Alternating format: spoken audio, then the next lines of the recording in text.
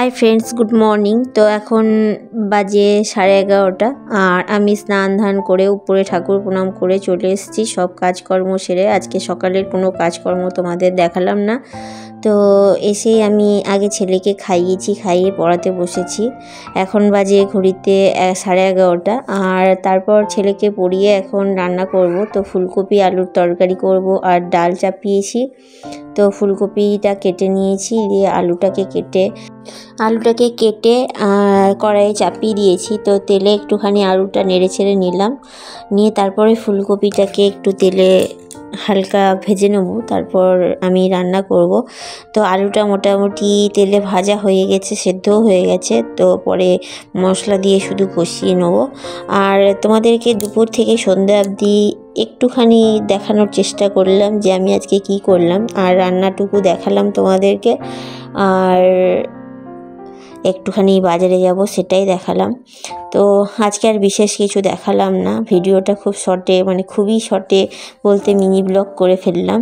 আর হ্যাঁ, তোমাদেরকে তো স্বাগতই জানানো হয়নি। তো তোমাদেরকে সবাইকে স্বাগত আমার রিয়েল ব্লগার জ্যোতি চ্যানেলে। আশা করি তোমরা যে যেখানেই আছো সবাই ভালো আছো।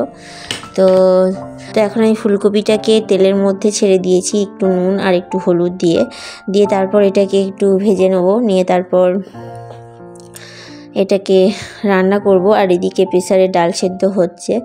আর ছেলে যেহেতু ডিম সেদ্ধ খাবে, ও ডিমের ঝোল বা ডিমের কারি কোনোটাই খায় না, ও সেদ্ধ ডিম খেতে পছন্দ করে। তো ওর জন্য একটা সেদ্ধ ডিম রেখে দেবো, আর আমি বাকিগুলো ডিমের কারি করে নেব। তো পুরো রান্নাটাও তোমাদেরকে দেখাতে পারিনি, তো যেটুকু পেরেছি সেটুকুই দেখানোর চেষ্টা করছি। আর সত্যি কথাই বলতে আমি আজকে যে আমার ভিডিও এডিটিং করতে হবে বা ভিডিও তুলতে হবে, আমার মাথা থেকেই উড়ে গেছিলো, অনেক সময় ভুলে গেছিলাম। তো যাই হোক, যতটুকু পেরেছি একটু করে তোমাদেরকে দেখানোর চেষ্টা করেছি। যখন মনে পড়েছে যে আজকে আমাকে ভিডিও এডিট করতে হবে, কালকে আমাকে ভিডিও পোস্ট করতে হবে, তো যতটুকু পেরেছি আমি ততটুকুই করেছি। তো আমার দুপুরে রান্নাবান্না কমপ্লিট, এখন ছেলেকে দিয়ে দিয়েছি। আর আমি ডিম ভাবলাম আমি আমারটাও ডিমের কারিতে দিই, তো ভাবলাম না আমিও সেদ্ধ খাই, তো দুটো ডিম একসাথে ছেলের সামনে রেখে দিয়েছি, দিয়ে ও একটা খাবে আর আমি একটা খাবো। তো বাসছিল কোনটা বড় কোনটা ছোট, তো বড়টাও নেবে। আর এদিকে বরের জন্য আমি সব ভাত বেড়ে রেখেছি, ও এখনও আসেনি, ও স্নান করছে। তো আমি আগেই ভাত বেড়ে রেডি করে বসে গেছি আর ছেলেকে এখানে খাওয়াতে। তো ওদেরকে খাইয়ে টাইয়ে দিয়ে নিজে খাবো। তারপর এটা সন্ধেবেলা, তো বাজার যেতে হবে একটু, কারণ বাজারে একটু কাজ আছে বলতে কালকে আমাদের ঠাকুর পুজোর জন্য কিছু বাজার করতে হবে, সে কারণেই ঠাকুর একটু বাজারে যাব।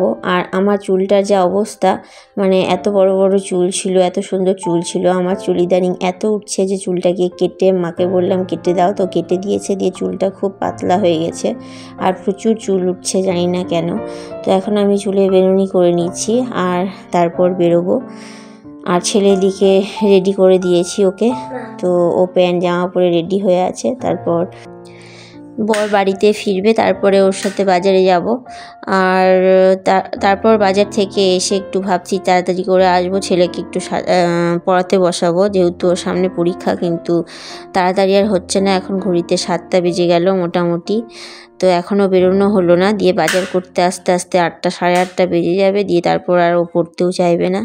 তো যাই হোক, এখন আমি রেডি হয়ে যাই, তারপর তোমাদের দেখাবো যে আমি বাজারে কি কিনলাম না কিনলাম সেগুলো দেখাতে পারলাম না, কারণ বলছি না এসে আমি সেইটাও ভিডিও করতে পারলাম না। আর তাড়াহুড়োর চাপে, আর ছেলেকে পড়াতে হবে বলে তাড়াতাড়ি করে হাত পা ধুয়ে ওকে একটু পড়াতে বসেছিলাম। তো জানি না ভিডিওটা তোমাদের কেমন লাগবে। যদি ভালো লেগে থাকে প্লিজ লাইক শেয়ার সাবস্ক্রাইব করো, আর ভালোবেসে আমার পাশে থেকো। তো আমার চুল বাঁধা কমপ্লিট হয়ে গেছে, এখন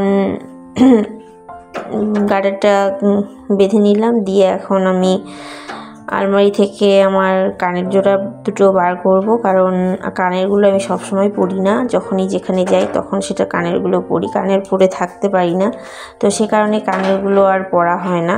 তো কানেরগুলো বার করে পরে নেবো, দিয়ে তারপর এখন বেরোবো। তো আমি দেখো রেডি হয়ে গেছি, দিয়ে ছেলে নিচে নেমে গেছে আর আমি নামছি। দিয়ে ও বাজারে গিয়ে ফুচকা খেয়েছে, তো ভাবলাম ওর ফুচকা খাওয়া ভিডিওটা করি, আর কিছু করতে পারিনি। তো আজকের জন্য এইটুকুই। সবাই ভালো থেকো, সুস্থ থেকো।